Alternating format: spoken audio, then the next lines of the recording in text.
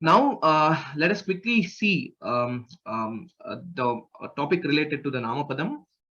All of you know, again, it's the same thing. Like, what is a Padam? Padam is a Prakriti plus Pratyaya. And when we speak about Namapadam, the Prakriti is called Pratipadikam and the Pratyayas are the Sup Pratyayas. Okay, Sup is basically a set of 21 Pratyayas. For example, Devena, Deva plus Ina, we have Sita, Su, Sita plus Su. So these are the examples of the Namapadam. So this is the Namapadam and this is the Pratipadika and then this is the Supratyaya that is being added to it.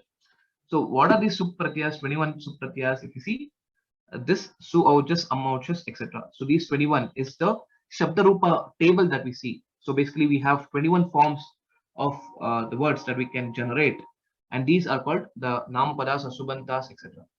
So how it is named as Suk? So the first pratyaya of this table and the last letter of the last pratyaya. So when we use these two, combine these two, then we get the Sup pratyaya.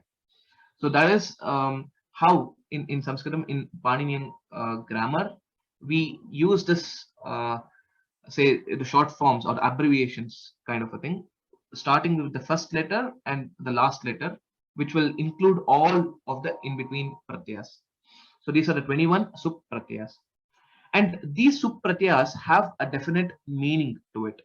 Like what is the use or how the words will be kind of understood.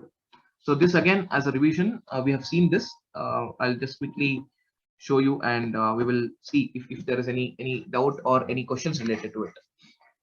So Prathama Vibhakti will always denote the subject, that is who is the doer of the action. Ramaha karoti, one Rama does. And of course the Ekavachana, Vivachana and Bahuvachana is how many people. It gives the information about the number, how many people are doing that particular action, etc. Next, Sambodhana Prathama Vibhakti is called the addressing mode. Basically, it is to address someone who is in front of you, calling someone and trying to get his attention. Hey Rama, look at me. Hey Rama, Mam Pashya. So see me, something like that. So that is the Sambodhana Prathama Vibhakti. Dvitiya Vibhakti is basically the object to whom or what are you reading, etc. If you ask a question, what, then you will whatever answer that you get, it will be in Dvitiya Vibhakti. So aham pashyami, I see. Okay, what do you see? If you ask the question, I'll say aham Ramam pashyami, I will see Rama. So in that way, so that is the subject, sorry, that's the object of this kriya. And then instrument is basically through what, by whom, or say along with, all of these we can use in the Tritiya Vibhakti. So Ramena Saha Sita Gachati. So there you can also note that Ramena Saha, whenever we use Saha, we use Tritiya Vibhakti. That is also there. And Ramaha Ravanam Hanti, Rama kills Ravana. How will he kill? Banena, with the help of an arrow. The instrument for this act is arrow. So Banena Hanti, something like that. That's the instrument. And next, the Chaturthi Vibhakti is the dative case. Okay, it's called as a dative case, which denotes the recipient of a particular action. Say, Aham Dhanam Dadami. Whom do you give the money to if you ask a question? The answer that you get will be in Chaturthi Vibhakti. So, Aham Ramaya Dhanam Dadami. For Rama, I give money to Rama or something like that. And next is Panchami Vibhakti, which is called as the Apadana, or basically it's an ablative case, which is there is a separation. So that is when we use Panchami Vibhakti. Ramat Duram Gachami, I will go away from Rama or something like that. So these are the use cases. I'm just giving you a few examples. And then Shashti Vibhakti is the relation. It is the genitive case, that is Ramasya Shasanam. This is the rule of Rama. Etat Pustakam Ramasya Pustakam. So this book belongs to Rama. So it gives the relation or belongingness of a particular object to a person. So that is the Shashti Vibhakti. And Saptami Vibhakti is in Rama, on Rama, at Rama, or something like that. It's a location, locative, or time. It may be related to the time, etc.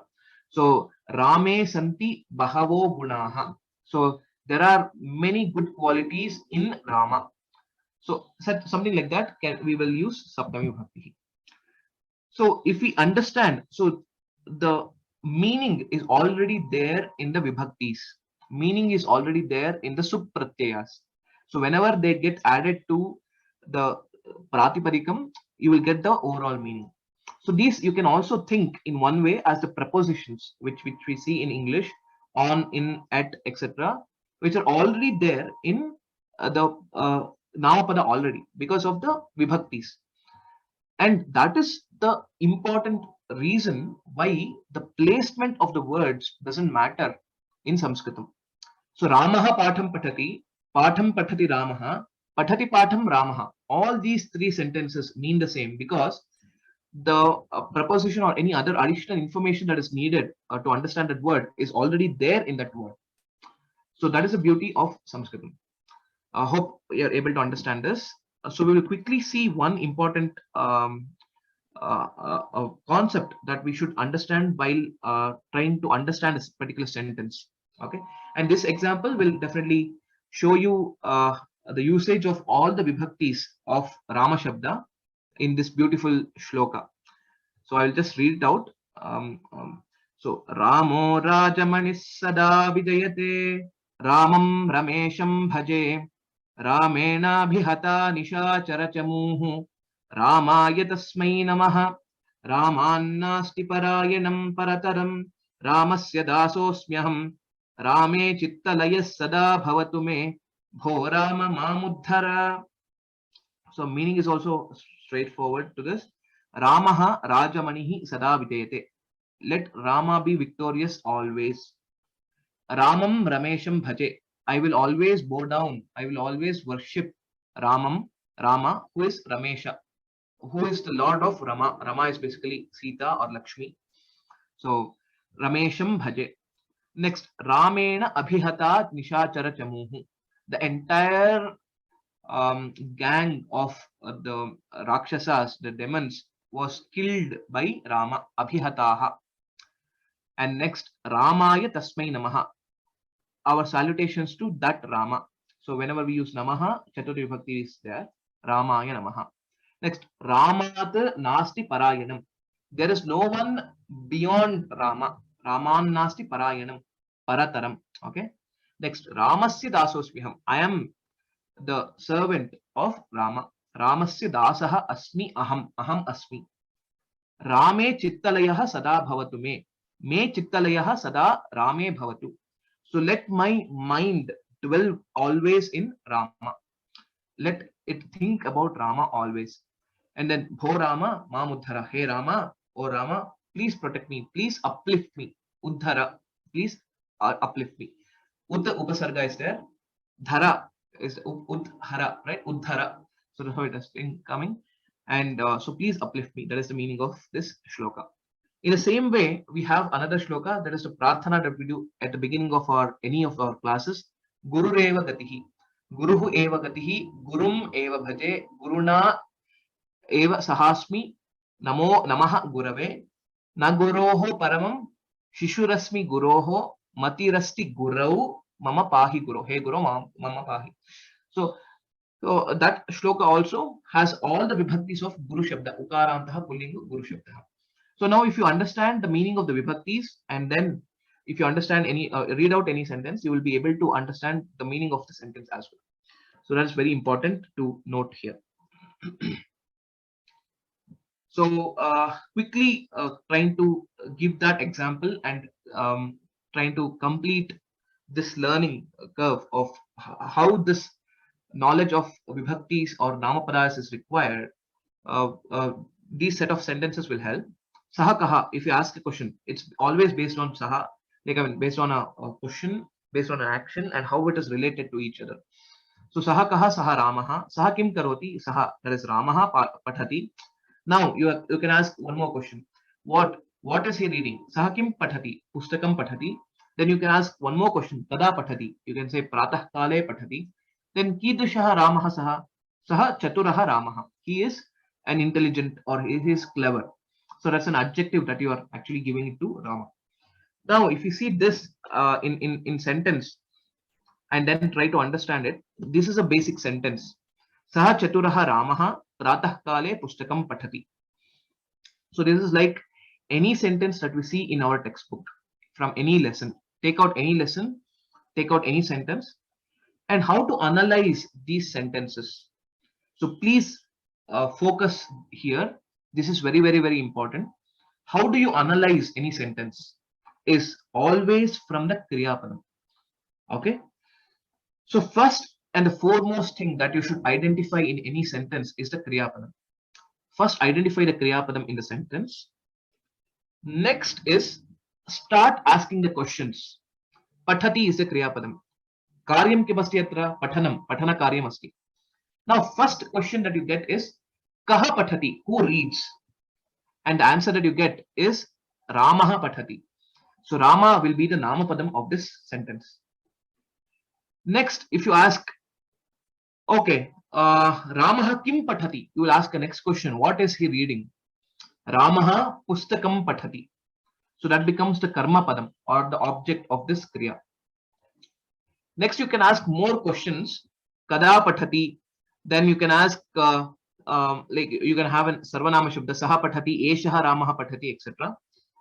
Then you have Kidrishaha Ramaha. What kind of Rama is he?